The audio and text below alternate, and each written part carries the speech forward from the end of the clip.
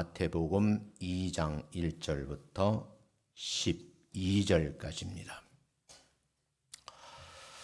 찾기 어려우신 분들은 스크린을 참고해 주시기 바랍니다. 같이 한번 1절부터 12절까지 합독하겠습니다. 1절입니다. 시작.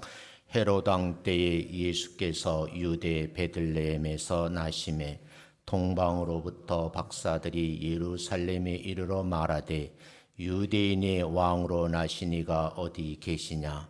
우리가 동방에서 그의 별을 보고 그에게 경배하러 왔노라 하니 헤롯 왕과 온 예루살렘이 듣고 소동한지라. 왕이 모든 제사장과 백성의 서기관들을 모아 그리스도가 어디서 나겠느냐 물으니 이르되 유대 베들레헴이오니 이는 선지자로 이렇게 기록된 바 또 유대 땅 베들레헴아 너는 유대 고을 중에서 가장 적지 아니하도다. 내게서 한 다스리는 자가 나와서 내 백성 이스라엘의 목자가 되리라 하였음이니이다. 이에 헤롯이 가만히 박사들을 불러 별이 나타난 때를 자세히 묻고 베들레헴으로 보내매 이르되 가서 아기에 대하여 자세히 알아보고 찾거든 내게 고하여 나도 가서 그에게 경배하게 하라. 박사들이 왕의 말을 듣고 갈새 동방에서 보던 그 별이 문득 앞서 인도하여 가다가 아기 있는 곳 위에 머물러서 있는지라. 그들이 별을 보고 매우 크게 기뻐하더라. 집에 들어가 아기와 그의 어머니 마리아가 함께 있는 것을 보고 엎드려 아기께 경배하고 보배합을 열어 황금과 유향과 모략을 예물로 드리니라. 그들은 꿈에 헤롯에게로 돌아가지 말라 지시함을 받아 다른 길로 고국에 돌아가니라. 본문 1절서부터 시작한 내용을 보면 당시의 정치적인 상황을 언급하고 있어요. 당시는요, 헤롯 왕이 통치하던 때에 있었던 일이다 라는 그런 말씀이에요. 그 시대에 유대 땅 베들레헴에서 예수님이 탄생하셨다는 거예요. 그때에 동방에서 출발한 무리들이 있었어요. 여기서 동방은 어디냐 하면 예루살렘으로부터 약 1000km 떨어진 곳이에요. 학자들은 대부분 이게 메소포타미아 지역이라고 말을 합니다.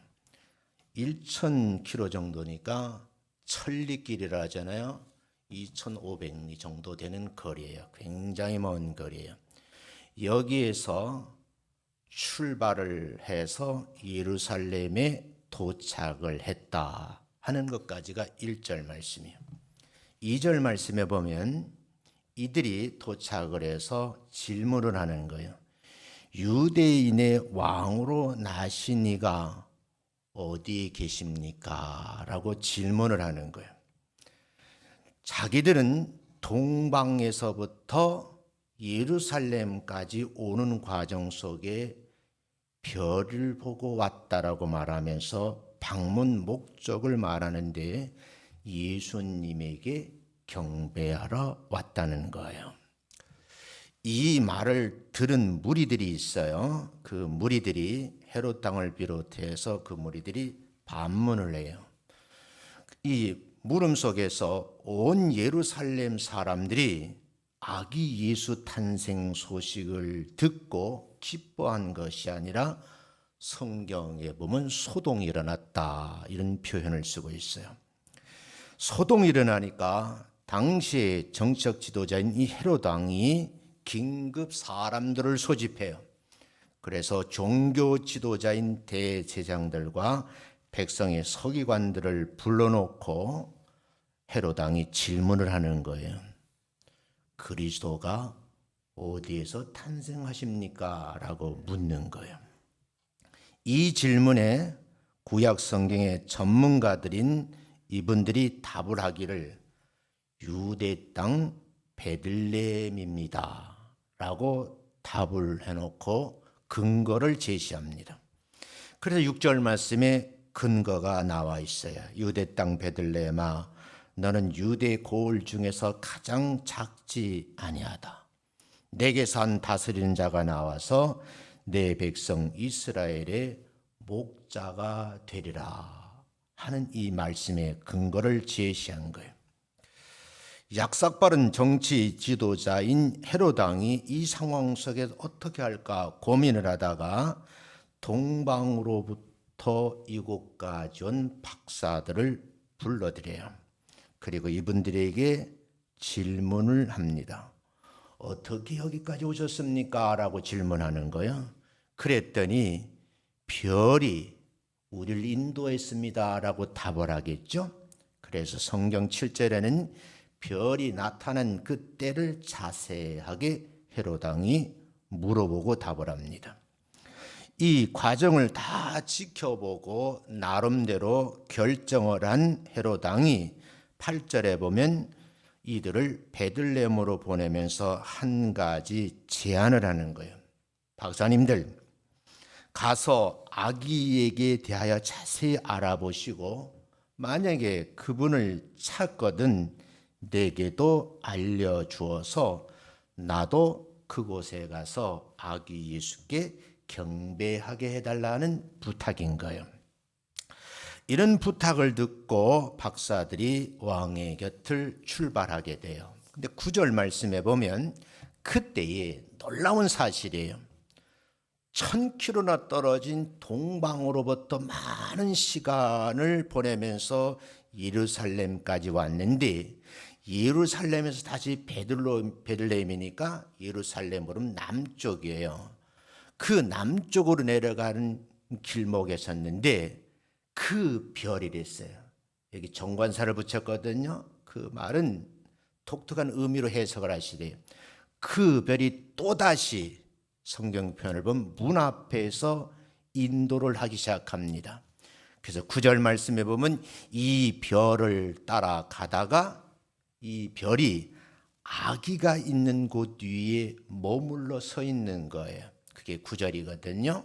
10절에 보면 동방 박사들이 저 동방에서부터 어디까지 예루살렘까지 우리를 인도한 별이 또다시 예루살렘에서 베들레헴까지 가는데 이 별이 이렇게 인도해 준 것을 보고 그리고 멈춘 것을 보고 크게 기뻐하고 또 기뻐했다라는 게 10절 말씀이에요. 그리고 11절을 자세히 한번 보셔야 되는데 이 동방 박사들이 집에 들어가 그랬어요. 집으로 들어갔다 그러거든요. 우리 일반적으로 알기는 예수님이 마구간에서 태어났고 강보에 쌓여서 구유에 놓이셨다라고 되어 있잖아요. 그런데 마태복음에서는 이 동방 박사들이 집에 들어가 아기와 그의 어머니 마리아가 함께 있는 것을 두 눈으로 본 거예요. 그리고 확인한 다음에 엎드려서 아기 예수님께 경배하고 보배합을 열어서 황금과 유향과 모략을 예물로 드렸다는 것이 11절.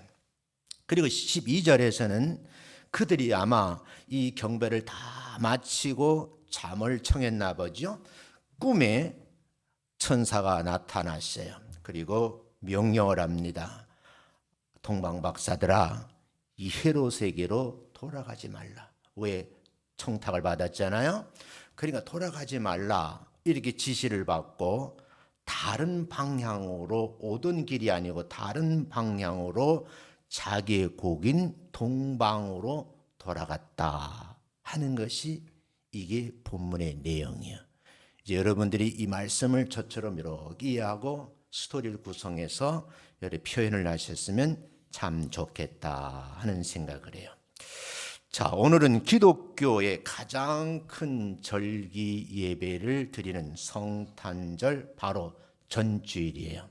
내일 25일 오전 11시에 우리는 성탄절 예배를 드립니다. 이 성탄절 예배는 예수 그리스도의 탄생을 기념하는 날로 전 세계에 흩어진 그리스도인들이 예수 탄생의 소식을 들은 그 기쁨을 퇴색임질하면서 마음껏 아기 예수님께 예물을 드리면서 경배하는 거룩한 날이다 하는 것을 먼저 잊지 마시고 내일 11시 예배에 참여하셔서 동방 박사들과 같은 마음으로 예배에 참여하시는 주의 백성들이 되시기를 주님의 이름으로 축원합니다. 제가 원고가 18페이지예요. 이걸 다 할 수는 없어서 조금 나누어서 제가 머릿속에 있는 것만 가지고 설교를 하고 필요하신 분들에게는 원고를 올려드리도록 그렇게 하겠습니다. 자, 지금부터 성경을 자세히 들여다보는데 신앙의 세계에서 무리가 크게 두 부류예요. 이 탄생하신 예수 그리스도를 믿고 믿는 사람들이 있고 믿지 않는 사람들이 있다는 거예요. 믿는 사람들을 우리는 예수쟁이라고 말하고 믿지 않는 불신자를 넌 크리스찬이라고 그래요.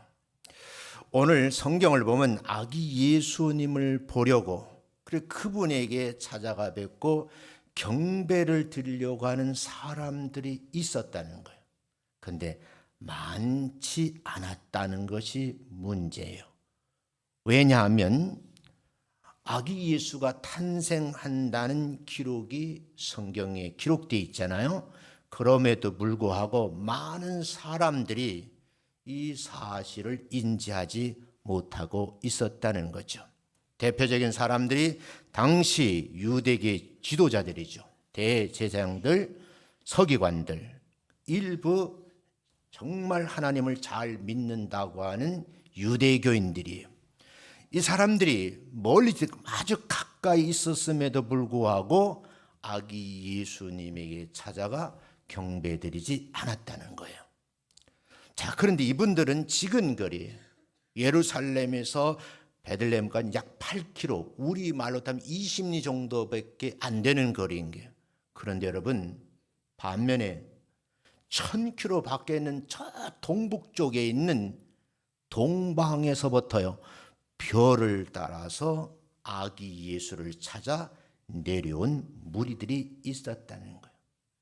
다시 말씀드리면 예수 탄생이 예고돼 있음에도 불구하고 오히려 성경을 많이 안다는 사람들은 지근거리에 있었음에도 불구하고 찾지 못했고, 사실은 천리 밖에 있는 1000km나 떨어진 동방이라는 나라에서 별을 연구하건 당시로 말하면 천문학자들이에요. 이들 점성가들이라고 그래요. 이들이 별을 따라 기나긴 여정 그 먼 거리를 찾아왔다는 놀라운 사실이죠.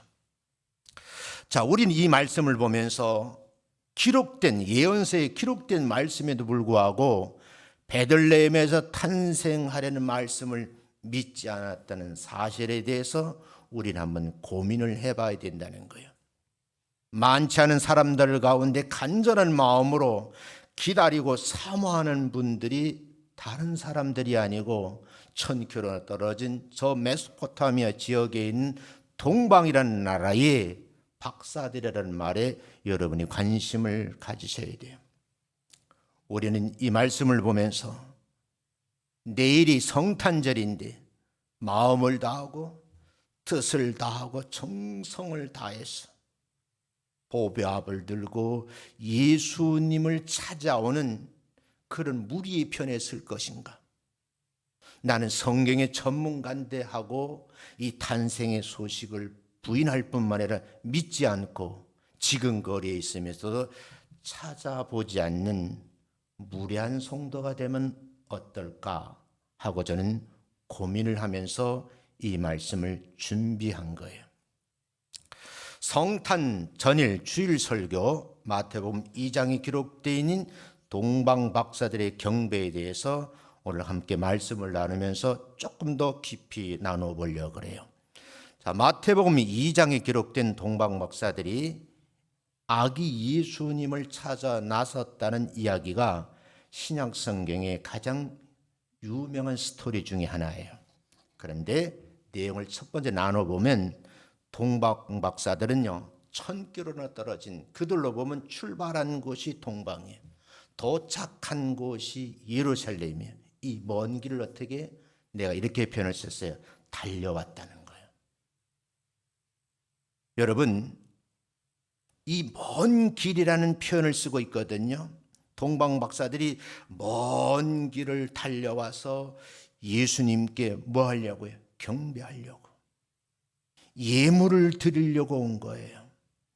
중요한 것은요, 우리가 이 북동쪽에서 길을 떠나서 예루살렘까지 달려왔다는 것이 굉장히 중요하고요. 그리고 목적은 경배 드리는 것이고, 그 경배를 드릴 때 예물도 드렸다는 거예요. 이들의 경배는요, 예수 그리스도의 탄생이 인류에게 얼마나 큰 의미를 갖는지를 찾아내고 발견하려고 했지 않았을까, 저는 그렇게 추측을 해보는 거예요. 본문 말씀을 몇 번이고 되새김질 했어요. 그리고 영어 성경을 봤어요. 1절에 이렇게 되어 있거든요. 정적인 상황이잖아요. 헤롯 왕 때에 있었던 일이다. 예수께서 유대 베들레헴에서 탄생하셨다. 그때 동방으로부터 박사들이 예루살렘에 도착해서 말을 했다, 그 얘기거든요. 영어 성인 이렇게 써져 있어요. When Jesus was born, 이랬어요. 그때에 예수 그리스도가 태어났습니다. 어디에요? In the village라고 그랬어요. 마을에 태어난 거예요. 근데 여기서 정관사 덜을 쓰고 있거든요. 중요한 것은 in the village라는 말은, 이 정관사는 너도 알고 나도 알고 있는 그 마을이라는 거예요. 근데 그곳이 뭐야? 베들레헴이고 나라로 보면 유다라는 거예요. 그 다음에 이렇게 돼 있어요. 헤롯 was king이라 됐어요. 이 헤롯이 왕이었다는 거예요. 왕이 누구냐? 당시 정치도가 헤롯이라고 밝히고 있어요. 그리고 듀얼링 그랬어요. 동시에 일어난 일인데, this time some wise men, 현자라 그러죠. 이걸 우리는 동방박사로 번역해요. 그 사람이 출발한 곳이라고 해요. From the east 그랬어요. 출발하는 곳이 동방이고 came down 그랬어요. 동북 쪽에서 남서쪽 방향으로 내려왔다는 거예요. 근데 그곳이 어디냐? 예루살렘이라는 거예요. 자, 우린 이 성경을 보면서 많은 느낌을 받는 거예요. 아기 예수님의 탄생 소식을 들은 거예요. 동북쪽에 남서쪽 방향으로 여러분 1000km를 내려온 거예요. 어떻게 해요? 별을 따라왔다는 얘기는요, 낮에는 별이 안 보이잖아요. 어떻게 해요? 밤에 내려왔다는 그런 반증이에요. 그리고 예루살렘에 도착한 것에 대해서 동방박사에 대해서 공감복음서에 여러 군데 소개를 하고 있거든요. 예수님이 탄생하신 곳은 베들레헴이에요. 그런데 성경에 보면요, 또 한 기록이 있어요. 그 기록은 누가복음이거든요. 누가복음에 보면 그 지역에서 들판에서 양무리들을 지키는, 양무리라면 가축대를 지키고 있던 목자들이 있었어요. 이 목자들이 들판에서 가축대를 지키고 있는데 천사들이 나타난 거예요. 그러면서 예수 탄생의 소식을 구체적으로 제시합니다. 이거 누가복음에 있는 얘기예요. 마가복음에서는 저 동방이라는 나라에서 1000km 떨어진 이 무리들이 몇 사람인지 몰라요. 우린 자꾸 동방박사 몇 사람이라 그래요? 3사람이라 그러잖아. 근데 3사람인지 4사람인지 2사람인지는 분명한 것은 1사람 이상이야. 왜요? 복수를 썼으니까. 근데 3사람에는 근거가 없어요. 추론하는 거죠. 예물을 3가지를 드렸으니까 각각 하나씩 가져왔다라고 주장하는 분이 나는 아니다라고 봐요. 왜냐하면 보배 합에 3가지 예물이 들어 있었으니까. 각각 보배 합을 가져온 건 아니거든요.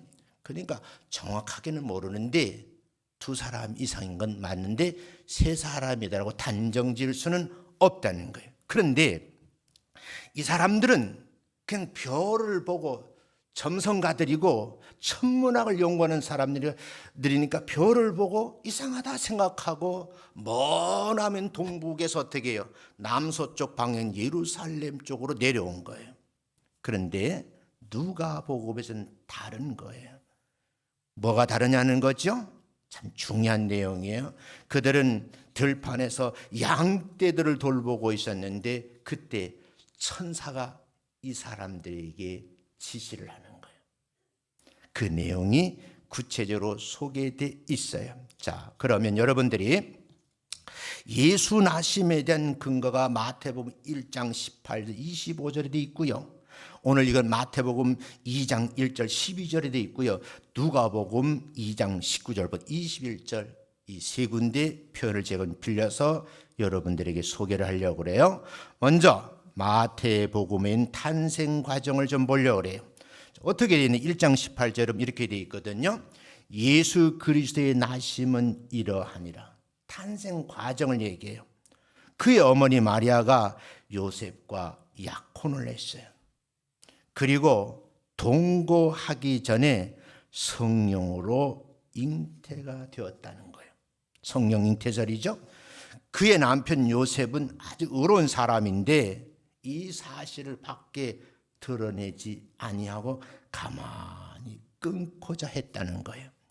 그런데 이 일을 생각할 때에 이거 어떻게 하지 하고 이 남편 요셉이 고민을 하고 있을 때 주의 사자가 현몽 꿈에 나타나서 말을 한 거죠. 다윗의 자손 요셉아 하고 부르는 거예요. 너의 아내 데려오기를 무서워하지 말라. 이 여인에게 잉태된 아이는 성령으로 된 것이다 라고 음성을 들려줍니다. 그럼 두 번째 과제를 부여해요.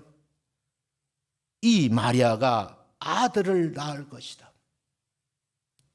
그 다음 중요한 것은 그 아이의 이름을 예수라고 이름까지 불러줍니다. 그리고 예수님이 어떤 분이신가 하면 그가 자기의 백성들을 그들의 죄에서 구원할 자라는 사실을 알려줘요. 자 보세요. 그래서 여러분 25절에 보면 24절도 보면 요셉이 잠에서 깨어나 일어나요. 그러면서 주의 사자가 지시한 대로 분부한 대로 명령한 대로 그의 아내를 데려옵니다. 그리고서는 아들을 낳기까지 동침하지 아니했다. 부부관계를 하지 않았다. 그리고 그 아들을 낳은 거예요. 낳고 할례라고 뭐요? 예수라고 이름을 지어준 거죠. 자, 누가복음 2장 1절 21절에 보면 그때에 그랬어요. 가이사 아구스도가 영을 내렸어요. 그럼 여러분 이 아구스도라는 사람을 알아야 돼요. 이 사람은 당시 41년간 그 당시에 강대국을 이끄는 로마의 초대 황제입니다. 이 사람이 호정령을 내렸어요. 그 내린 사람이 구체 2절에 소개있는 구레뇨 수리아 총독이 되었을 때 처음 한 것이라고 구체적인 진술을 해요. 그러니까 이 나라의 명예에 의해서 모든 사람들이 호적을 등록하려고 각각 자기가 살아 태어난 고향으로 돌아가는 거예요. 고향에 내려가서 호적을 해야 되니까요. 그런데 이런 과정 속에서 성경은 마리아가 잉태한 몸이잖아요. 그런데 여러분 이 말씀이 누가복음 2장 5절 6절에 보면 6절에 거기 있을 그때에 그랬어요. 거기가 어딜까요? 해산할 날이 다가온 거예요. 그러니까 그건 베들레헴이겠죠. 7절에 보면 그 아들을 낳아서 강보의 사에서 구유에 누웠다는 거예요. 구유라는 것은 짐승들의 먹이를 담아놓는 밥통인 거예요. 거기다 뉘어놓은 거예요. 그러면서 하반절에 소개하기를 이는 그랬어요. 여관이라는 말 썼거든요. 여관에 있을 곳이 없음이라. 번역은 이렇게 했는데 제가 보니까 저는 이렇게 생각해요. 당시 호적을 하러 고향 쪽으로 많은 사람들이 몰려오더니 보니까 지금으로 말하면 고급 호텔에 머무를 수가 없는 거예요. 고급 호텔로 조금 덜한 것은 뭐야? 별 2개, 1개짜리겠지. 그 다음은 모텔이겠죠. 지금 말로 하면. 그 다음 뭐예요? 그냥 뭐 그런 곳이겠죠.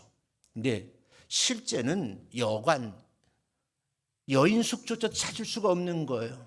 그래서 어쩔 수 없이 예수님은요, 우리가 알고 있는 그런 곳에서 해산을 하게 되었다, 이렇게 이해를 하시면 되겠어요.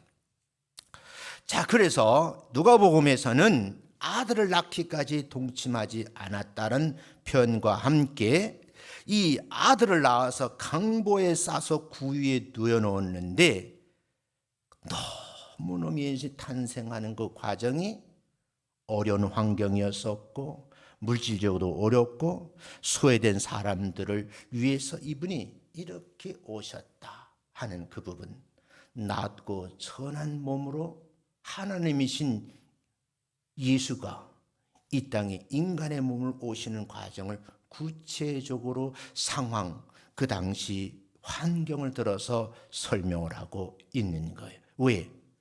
이곳밖에 있을 곳이 없었다, 그렇게 소개를 하죠.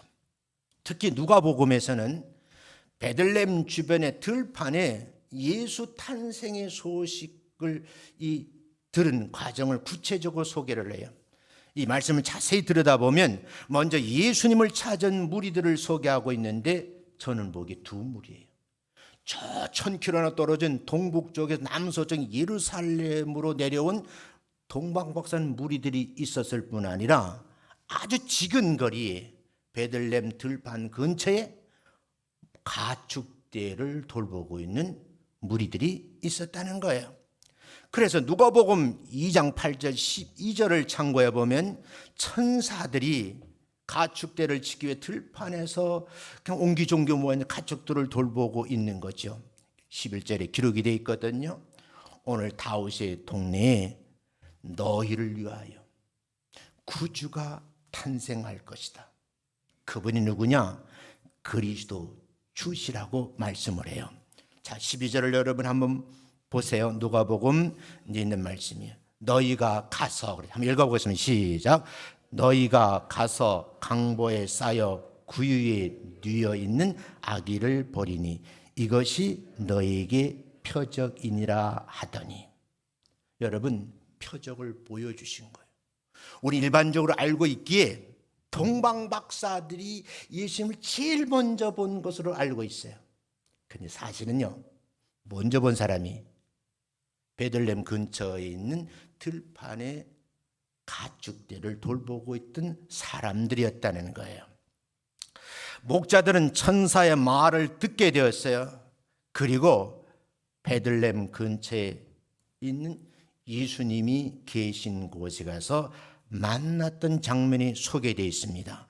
8절부터 한번 읽어보겠어요. 준비됐는지 모르겠는데 한번 읽어보도록 하겠어요. 자, 한번 제가 한번 설명 시작.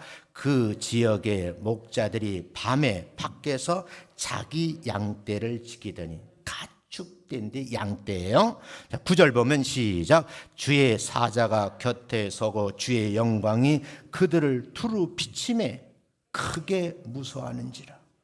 양떼를 지키고 있는데 주의 천사가 나타난 거예요. 그런데 양떼들 그 무리 곁에 천사가 서 있는 거예요. 서 있는 것도 두렵고 떨리는 일인데 주의 영광이 이 가축대를 지키고 있는 목자들 쫙 비치는 거예요.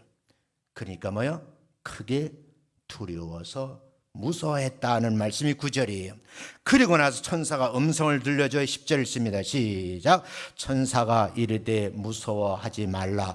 보라, 내가 온 백성에게 미칠 큰 기쁨의 좋은 소식을 너희에게 전하노라. 11절 보세요. 시작. 오늘 다윗의 동네에 너희를 위하여 구주가 나셨으니 곧 그리스도 주시니라. 너희가 가서 강보에 쌓여 구유에 누워 있는 아기를 보리니 이것이 너희에게 표적이라 하더니. 13절. 호련히 수많은 천군이 그의 천사와 함께 하나님을 찬송하여 이르되. 오늘 남영 집사님이 인용할 말씀이에요. 지극히 높은 곳에는 뭐예요? 하나님께 영광이요. 땅에서는 하나님이 기뻐하시는 사람들 중에 평화로다. 다시 말씀드리면 많은 사람들이 예고된 예수 그리스도 탄생에 대해 성경을 알고 있는 사람, 지식자들이 믿지 않았는데 지근거리 있음에도 불구하고. 그런데 여러분, 베들레헴 근처 어디에요? 들판에서 양떼들을 지키고 있는 이 무리들에게 하나님의 천사가 나 구체적으로 알려드리는 거예요. 그러니까 여러분, 이 말씀을 잘 보고 13절에 보면 호련이라 했어요. 그때 그 가축들을 지키고 있는 무리들에게 한두 천사가 내려오는 것이 아니고 13절은 호련이 수많은 천군이 그랬어요. 수많은 천군이 그 천사와 함께 하나님을 찬송하는 거예요. 누가 봤어요? 가축들을 지키는 무리들이 봤어요. 그 무리들이 보는 가운데 14절에 지극히 높은 곳에는 하나님께 영광이요 땅에서는 하나님이 기뻐하는 사람들 제 평화로다. 그러면 15절에 보면 천사들이 이들 곁을 떠나면서 하늘로 어떻게 올라갔다 그랬어요. 이제는요 목자들만 남아있는 거예요. 이 목자들이 서로 웅성웅성하는 거예요.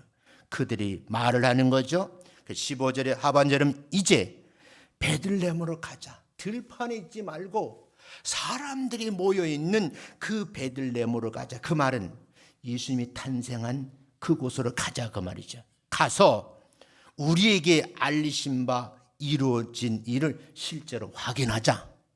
컨펌하자는 거예요. 그리고요 16절은 빨리 갔다. 너무너무 급한 빨리 가서 마리아와 요셉과 구유에 누인 아기를 파인드 찾아본 거예요. 아니면 루킹 볼 겁니다. 이렇게 두루두루 살펴본 거죠. 17절에 보면 천사가 자기들에게 아기에게 대하여 말한 것을 가족에게 전하는 거죠. 그랬더니 듣는 자가 그랬어요. 이 무리들이 양떼를 지키고 있는 이 사람들이 전하는 말을 듣는 자들이 다 목자들이 그들에게 말한 것을 듣고 어떻게 놀라워했더라. 이런 표현이 써져 있고요.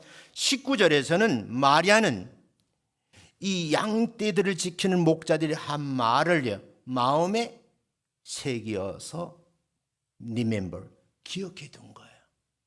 그리고 20절에 이런 말씀이 있거든요. 목자들은 자기들에게 이르던 바와 같이 들었고 지금 이곳에서 본 그 모든 것으로 인하여 하나님께 뭐요? 영광을 돌리고 찬송하며 다시 들판으로 돌아갔다 이 말씀이에요. 그런데요 중요한 것이 21절의 근거인데 이스라엘 사람들은 유대인들은 할례를 받거든요. 남자아이가 태어나면요. 할례를 언제 하느냐? 태어난 지 8일 만에 하는 거예요. 그 말은 태어난 지 일주일이 안 된 상태에 아기 예수를 들판에 있던 누가 봤어요? 목자들이 봤다는 거예요. 우리 여기 좀 관심을 가지셔야 돼요. 그래서 여러분 이 말씀을 가만히 보면 참 의미가 깊은 거예요. 자, 이렇게 생각할 수 있어요. 저 1000km라는 동북에 있는 동방나라에서 별을 보고 찾아온 무리들도 있었지만 하나님의 천사가 나타나서 들판에서 양무리를 지키고 있던 목자들에게 직접 나타나셔서 말씀해 주셨다는 거예요. 천문학을 통해서도 알려주시고 천사가 나타나서도 알려주셨다는 거예요. 중요한 것은 이 아기 예수를 본 사람들이 많지 않았다는 얘기고 그 말은 믿는 사람의 수가 많지 않았다 이런 얘기예요. 사랑하는 성도 여러분, 전 오늘 이렇게 성탄절 전 주일에서 이 말씀을 전하는데 오늘 이 말씀을 잘 들으시고 주일 예배만 가장 소중한 것이 아니라 내일 어떻게 해요? 성탄절 예배 누구와 같이 동방 박사들처럼 집이 멀어도 환경적으로 어려워도 여러분 예수 탄생의 기쁜 소식을 들은 사람들은 성탄절 예배에 참여하셔서 우리 허 목사님의 말씀을 들으면서 이 기쁨의 축제에 참여하시는 여러분 되시기를 주의 이름으로 축원합니다. 성경이 이렇게 말해요. 천사들이 떠났어요. 이 목자 서로 말을 하면서 야 들판에서 베들레헴으로 가서 주께서 우리에게 알리신 바 이루어진 일들을 한번 확인을 하자. 이게 성탄절의 의미입니다. 두 번째, 동방박사들은 별을 보고 내려와서 어떻게 했느냐? 엎드려 경배를 했다는 거예요. 자, 오늘 본문 마태복음 2장 10절부터인데요. 누가복음서에서는 구유에 누워있는 아기 예수와 그의 부모님들 요셉과 마리아죠. 그리고 구유에 누워있는 아기 예수를 보고 여러분 예를 갖추어 경배를 했어요. 그런데 동방박사들은요 아마 이 이후일 거예요. 학자들이 얘기하면 상당한 기간을 얘기해요. 어떤 분은 2년 후라는 얘기도 해요. 근데 어찌됐든 간에 제일 먼저 본 무리들은 어디 있는 사람들이?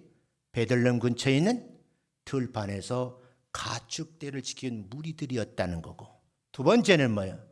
저 동북지방에 어떻게 해요? 남서쪽엔 예루살렘, 그것도 또다시 출발을 했어요. 어디로요? 베들레헴으로 와서 경배를 드렸다는 사실이에요. 자, 오늘 10절에 보면 이렇게 되어 있어요. 그들이 그랬어요. 그들이 이 별을 보고 그랬어요. 이 별은 어디서부터?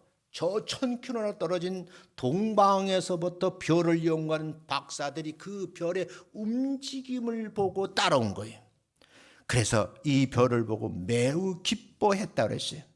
근데 문제는 왜 기뻐했느냐? 그 별이 사라지지 않고 혈흔 총독하고 다 담소를 나누고 청탁도 받고 여러 가지를 한 후에 목적은 뭐예요? 아기 예수님을 경배하는 거잖아요. 그런데 다시 이 방문지를 최종 확인하고 출발할 때 그 별이 다시 나타난 거예요. 그 별을 따라 가다가 아기 예수가 구유에 누워 있는 곳에 뭐예요? 딱 별이 멈춘 거예요. 그래 이 사실을 보고 상황을 잘 보세요. 너무 감동이 된 거예요. 내가 천문학을 연구하는 동방박사고 지금까지 많은 별을 보았지만 이런 일이 어떻게 있을 수 있지? 초자연적인 일이잖아요.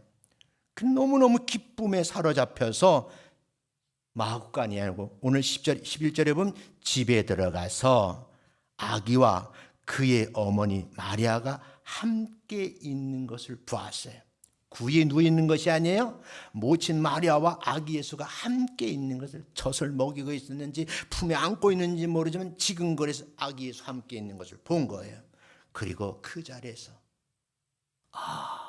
이분이 인류의 구원을 위해서 인간의 몸을 얻고 이 땅에 오신 예수님이라는 알았는지 모르는지 모르지만 그 자리에서 엎드려서 어떻게 했다 그랬어요? 아기 예수께 경배를 했다는 거예요. 그리고 나서 경배를 끝나지 않고 오늘 그 11절 말씀 하반절은 보배합을 열었어요. 그리고 그 보배합에 담겨져 있는 황금, 유향, 모략을 예물로 드렸다.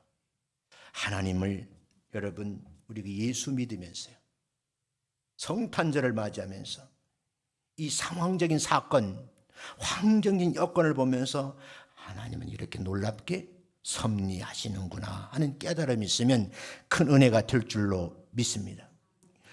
이렇게 정성을 다하고 마음을 다하고 수천리길 와서 모든 사람들이 유혹하고 아니면 정치적 상황에 매몰될 수 없는 상황을 뿌리치게 하나님은 또 섭리하시는 거예요. 그 섭리가 어떤 섭리냐? 잠을 자고 있는데 천사가 나타난 거예요. 다시 내가 베들레헴에서 예루살렘으로 가서 헤롯 왕이 이 사실을 다 보고 가면 어떻게 되겠어요? 여러분 이거는 이제 죽음이 이루어지는 거죠. 나중에 이 사건이 일어나잖아요. 그런데 여러분 하나님 놀랍게도 하나님의 독생성자 독특한 방법 이 땅의 아기 예수를 지키기 위해서 이 동방박사들을 꿈에 지시를 한 거예요. 뭐라고 지시했느냐? 너는 헤롯에게 돌아가지 말라 하고 지시를 한 거예요. 명령을 받은 거예요. 그래서 이 사람들은요 오던 길로 가지 않고 다른 방향으로 어떻게 고국 동방으로 돌아갔다 그 말인 거죠. 사랑하는 성도 여러분, 우리 이 과정을 우리는 자세히 한번 읽어보면 저도 이 성경을 몇 번 아니 수백 번 읽었죠. 그런데 동방박사들이 구유에 누워있는 아기 예수님을 경배했다 이렇게 알고 있는 분들이 많더라고요. 동방박사들이 아기 예수님을 왕으로 인정하고 그분께 경배드린 건 사실이지만 구유에 놓인 아기 예수를 경배한 것은 아니에요. 근데 여기서 하나 깨달을 건 뭐냐 하면 동방박사들이 경배하는 예수 그리스도는 위대한 분, 그분은 인성과 신성을 동시에 가진 위대한 예수 그리스도라는 사실, 그 앞에 무릎을 꿇었다는 거예요. 예수 그리스도는 단순한 인간이 아니라 이 세상의 만왕의 왕으로 인류의 구원을 위해서 오신 분인 줄로 믿습니다. 이걸 딱 확인한 뒤에 세 번째, 동방박사들은 아기 예수님께 예물을 내놓은 거예요. 성경 11절에 그렇게 되어 있죠. 집에 들어가 아기와 그의 어머니 마리아와 함께 있는 것을 두 눈으로 보고. 그럼 여러분 말대로 세 사람은 눈이 몇 개요? 6개가 본 거예요. 네 사람은 8개 눈으로 본 거예요. 확인했다 그 말이죠. 그래 그 자리에 엎드려서 아기 예수님께 경배를 드리고 그것으로 족하지 않고 그 먼 길에서 가지고 온 황금과 유황과 모략을 예물로 드렸다, 이 말씀이. 저는요 상상을 해봤어요. 표를 따라왔잖아요. 그 밤에 움직이는 것도 참 힘들었을 거예요. 일일대를 만날 수도 있어요. 강도들을 만날 수도 있어요. 위험한 곳에 떨어질 수도 있어요. 그럼에도 불구하고 이달은 1000km는 넘는 어마어마한 먼 길을 찾아온 거예요. 와서 보니까 아니에요. 다시 베들레헴 내려간 거예요. 그들이요 이 세 가지 예물은 보배합을 가지고 왔던 그 자체가요 너무너무 귀하고 소중한 믿음의 행위라고 저는 생각을 합니다. 이렇게 좀 해석을 할게요. 황금이란 말은 이 동방박사들이 지금 탄생한 예수님은 만왕의 왕이십니다 하고 인정하고 그분 앞에 절을 한 거예요. 인정했단 말이죠. 동방박사들은 만왕의 왕이신 예수님에게 최대한 그 당시 예를 갖추어서 경배를 드렸습니다. 그 속에 유황이 들어있다 그랬잖아요. 유황은 제사장들이 쓰는 제물이에요. 예수님이 이 땅에 오셔서 제물이 되셔서 인류의 죄를 구원하시게 제물이 되잖아요. 상징성이 있어요. 동시에 이분은요 인성을 가지시면 하나님이 인간의 몸을 입고 있는 신성을 의미하는 거예요. 동방박사는 이들은요 인성과 신성을 동시에 가진 이 하나님 앞에 그들은 당시 예법을 다 갖추어서 경배를 드렸다는 사실입니다. 몰약은요 이건 어떤 물질이냐, 이건 시신을 부패하지 않기 위해서 드리는 그런 장례용품이에요. 근데 여러분 어떻게 많은 예물을 드리는데 모략을 가지고 왔을까? 후대 학자들은 그래요. 십자가에 달려 죽으실 예수 그리스도를 위해서 미리 드리신 예물이다, 이렇게 해석을 합니다. 동방박사들은요 인류의 구원을 위해 오신 아기 예수님께 모략을 드리면서 예를 갖추어서 경배를 드린 거예요. 모르겠어요. 저는 상상을 하길래 한 번만 절을 했을까? 아닐 거예요. 몇 번이고 엎드려서 절을 하면서 만왕의 왕으로 인간의 몸을 이 땅에 아기 예수께 최대한의 예를 갖추지 않았을까, 그런 생각을 해요. 자, 그럼 이렇게 정리를 해보시자고요. 오늘 여러분이 주일 예배를 드려요. 대림절 4번째 주일이잖아요. 기다렸어요. 그분이 오신 날을 기념하는 날이 성탄절이에요. 정말 이 제사장들과 같은 마음으로 여러분이 내일 성탄절 예배에 참여하셔서 은혜를 함께 받아 누리시는 여러분 되시기를 주의 이름으로 축원합니다. 이렇게 정리합니다. 사랑스러운 동방박사들의 이 거룩한 경배는 어떤 의미가 있을까? 이렇게 해석을 하는 거예요. 첫째, 예수 그리스도의 탄생은 인류에게 희망을 가져다 주었다는 거예요. 예수 그리스도는 우리의 구세주인 줄로 믿습니다. 그분의 탄생은 우리에게 구원의 소망을 갖게 하신 거예요. 두 번째, 아기 예수의 탄생은 우리에게 사랑이 뭔지를 가르쳐 주려고 오신 거예요. 일반적인 그런 에롯의 사랑이 아니에요. 아가페 사랑이 뭔지를 지금부터 성장 과정 속에서 십자가 달려 돌아가실 때까지 인류를 사랑은 이렇게 하는 것이야 성부 하나님의 뜻을 받들어 섬기는 거지요. 세 번째, 예수 그리스도의 탄생은 우리에게 책임이 있다는 것을 알려주는 메시지. 예수 그리스도는 우리에게 주인이시잖아요. 그분의 탄생, 우리에게 그분을 따르고 섬기려고 한다는 이 책임이 부여됐다는 말씀이에요. 이 말씀을 보면서 여러분, 가장 소중한 사랑이라는 것, 희망이라는 것, 책임이라는 이 세 가지 과제를 우리에게 알려주셨다 하는 의미에서 말씀을, 은혜를 받으셨으면 참 좋겠어요. 자, 동방 박사들은 수천리 길을 왔어요.